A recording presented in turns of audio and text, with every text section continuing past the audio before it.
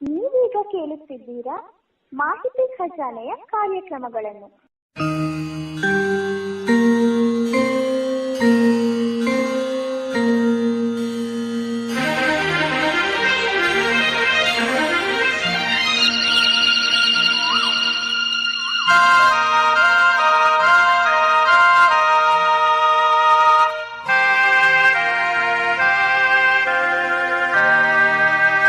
ರಾಜ್ಯೋತ್ಸವದ ವಿಶೇಷ ಸರಣಿ ಕಾರ್ಯಕ್ರಮ ಕೆಪಿ ಪೂರ್ಣಚಂದ್ರ ತೇಜಸ್ವಿಯವರ ನುಡಿಮುತ್ತುಗಳು.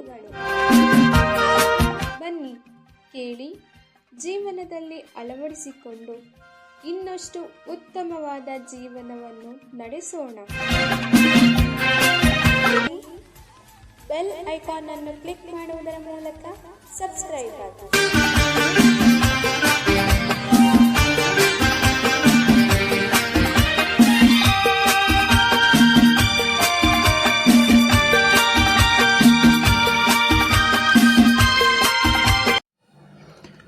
ನಮಸ್ಕಾರ ಸ್ನೇಹಿತರೆ, ಮಾಹಿತಿ ಖಜಾನೆಯ ಇವತ್ತಿನ ಕೆಪಿ ಪೂರ್ಣಚಂದ್ರ ತೇಜಸ್ವಿಯವರ ನುಡಿಮುತ್ತುಗಳು ಕಾರ್ಯಕ್ರಮಕ್ಕೆ ನಮ್ಮೆಲ್ಲ ಕೇಳುಗರಿಗೆ ಸ್ವಾಗತ.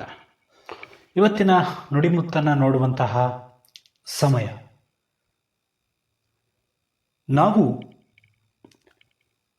ಭಿನ್ನವಾಗಿ ಬರೆಯಬೇಕೆಂದರೆ ವಿಭಿನ್ನವಾಗಿ ಬದುಕಬೇಕು. ಕೆಪಿ ಪೂರ್ಣಚಂದ್ರ ತೇಜಸ್ವಿ. ಸ್ನೇಹಿತರೆ, ನಾವು ಕಳೆದ ಸಂಚಿಕೆಯಲ್ಲಿ ಈ ಬರವಣಿಗೆಗೆ ಸಂಬಂಧಿಸಿದಂತೆ ಒಂದು ವಿಷಯವನ್ನು ಕೆಪಿ ಪೂರ್ಣಚಂದ್ರ ತೇಜಸ್ವಿ ಅವರು ನಿಮಗೆ ಈಗಾಗಲೇ ತಿಳಿಸಿದ್ದಾರೆ. ಈಗ ನಾವು ಹೇಗೆ ಬರೀಬೇಕು ಅನ್ನೋದ್ರ ಬಗ್ಗೆ ಇಲ್ಲಿ ಅವರು ಮಾತನಾಡ್ತಾ ಇದ್ದಾರೆ. ಈಗ ನಮ್ಮ ಕವಿಗಳು ಏನಿದ್ದಾರೆ, ಅವರು ತಮಗೆ ತೋಚಿದ್ದನ್ನು ಬರೀತಾರೆ. ಹಾಗೆ ಅವರ ಬದುಕು ಒಂದು ವಿಭಿನ್ನವಾಗಿರುತ್ತೆ. ಆ ಬದುಕಿನಲ್ಲಿ ಅವರು ಪಡ್ತಕ್ಕಂತಹ ನೋವು, ಕಷ್ಟಗಳು ಅಥವಾ ಅವರಿಗೆ ಆದಂತಹ ಅವಮಾನಗಳು, ಅನ್ಯಾಯಗಳನ್ನು ಅವರು ಬರಹದ ಮೂಲಕ ತೋರ್ಪಡಿಸ್ತಾರೆ. ಈಗ ಯಾರೋ ಒಬ್ಬ ಕವಿ ಸುಖಪುರುಷ ಆದ ಅಂದ ತಕ್ಷಣ ಅವರಿಗೆ ಸುಖಪುರುಷ ಹೇಗಿರ್ತಾನೆ, ಹೇಗೆ ಬದುಕ್ತಾನೆ ಅನ್ನುವಂತಹ ಒಂದು ವಿಷಯದ ಮೇಲೆ ಅವರು ಲೇಖನವನ್ನು, ಕವನಗಳನ್ನು, ಕಾದಂಬರಿಗಳನ್ನು ಬರೀತಾರೆ. ಇನ್ನು ಕೆಲವರು ತುಂಬ ಬಡತನ ಇರುತ್ತೆ ಮನೆ ಕಡೆ, ಅಂಥವರು ತಮ್ಮ ನೋವು, ತಮಗಾಗುವಂತಹ ಅವಮಾನಗಳು, ಇವುಗಳ ಬಗ್ಗೆ ಅವರು ಬೆಳಕು ಚೆಲ್ಲುವಂಥ ಪ್ರಯತ್ನವನ್ನು ಮಾಡ್ತಾರೆ. ಸ್ನೇಹಿತರೆ, ನಮ್ಮೆಲ್ಲರೂ ಕೂಡ ಬದುಕ್ತಾ ಇದ್ದೇವೆ. ಈ ಬದುಕು ಹೇಗಿರಬೇಕು, ಹಾಗೆ ಈ ಬದುಕಿನಲ್ಲಿ ಏನೆಲ್ಲ ನೋವುಗಳಿದೆ, ಏನೆಲ್ಲ ಕಷ್ಟಗಳಿದೆ, ಇವೆಲ್ಲವನ್ನು ಜಯಿಸಿ ಯಾರು ಮುನ್ನೆಲೆಗೆ ಬರ್ತಾರೋ ಅವರು ನಿಜವಾದ ಕವಿಗಳಾಗ್ತಾರೆ. ಯಾಕಂದರೆ ಕವಿಗಳು ಕೇವಲ ಬರೆಯೋದಷ್ಟೇ ಅಲ್ಲ, ಅವರ ಬದುಕಿನ ಅನುಭವಗಳನ್ನು ನಮಗೆ ಹೇಳ್ತಾ ಇರ್ತಾರೆ. ಈಗ ಆಕಾಶವಾಣಿಗಳಲ್ಲಿ ಕವಿಗಳ ಸಂದರ್ಶನಗಳನ್ನು ಹಾಕ್ತಿರ್ತಾರೆ, ಅಂದರೆ ಹಿಂದೆ ಮಾಡಿದಂಥ ಸಂದರ್ಶನಗಳನ್ನ ಹಾಕ್ತಿರ್ತಾರೆ. ಆಗ ಅವರು ಆಗ ಹೇಳಿದಂಥ ಮಾತುಗಳು ಇವತ್ತಿಗೂ ಕೂಡ ಕೆಲವು ಬಾರಿ ಸತ್ಯ ಅಲ್ವಾ, ನಿಜ ಅಲ್ವಾ ಅಂತ ಅನಿಸುತ್ತೆ.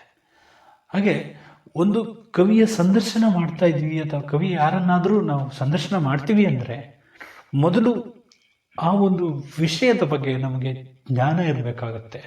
ಹಾಗೆ ನಾವು ಯಾವುದೇ ಬರಹವನ್ನು ಬರೆಯುವಾಗ ಒಳ್ಳೆಯ ವಿಷಯಗಳನ್ನು ಅಥವಾ ಕೆಟ್ಟ ವಿಷಯಗಳನ್ನು ಬರೆಯುವವರು ಕೂಡ ಇದ್ದಾರೆ.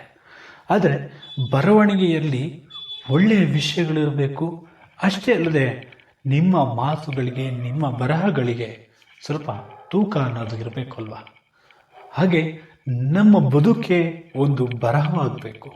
ಯಾಕಂದರೆ ನಾವು ದಿನನಿತ್ಯ ಬದುಕುತ್ತಿರುವ ರೀತಿಯನ್ನು ಇನ್ನೊಬ್ಬರಿಗೆ ತಿಳಿಸಿದಾಗ ಅವರು ಅದರಿಂದ ಒಂದಷ್ಟು ರೋಲ್ ಮಾಡಲ್ಲ ಅಂತ ಹೇಳ್ತಾರಲ್ಲ, ಅಂದರೆ ಅವರು ನಮ್ಮಲ್ಲಿರುವಂತಹ ಒಳ್ಳೆ ಗುಣಗಳನ್ನು ಅಳವಡಿಸ್ಕೊಳ್ಳುವಂಥದ್ದು ಅಥವಾ ನಮ್ಮ ಒಂದು ದಾರಿಯಲ್ಲಿ ಅವರು ಕೂಡ ನಡೆಯೋದಕ್ಕೆ ಸಹಾಯ ಆಗುತ್ತೆ ಅಂತಕ್ಕಂಥದ್ದು KP ಪೂರ್ಣಚಂದ್ರ ತೇಜಸ್ವಿಯವರ ಒಂದು ಅಭಿಪ್ರಾಯ. ಯಾಕಂದರೆ ನಾವು ಬರಹವನ್ನು ಬರೆಯೋದೇನೋ ಸುಲಭ, ಆದರೆ ನಮ್ಮ ಬದುಕನ್ನೇ ಬರಹವಾಗಿಸಿದಾಗ ಎಷ್ಟೊಂದು ಆನಂದ, ಎಷ್ಟೊಂದು ಖುಷಿ ಇರುತ್ತೆ ಅನ್ನೋದನ್ನು ಇಲ್ಲಿ ತೇಜಸ್ವಿಯವರು ನಮ್ಮೆಲ್ಲರಿಗೂ ಹೇಳ್ತಾ ಇದ್ದಾರೆ. ಸ್ನೇಹಿತರೆ, ಇರುವುದು ಕೆಲವು ದಿನ ಮಾತ್ರ. ಇರುವಷ್ಟು ದಿನ ಒಳ್ಳೆಯ ವಿಷಯಗಳನ್ನು, ಒಳ್ಳೆಯ ಚಿಂತನೆಗಳನ್ನು ಮಾಡೋಣ.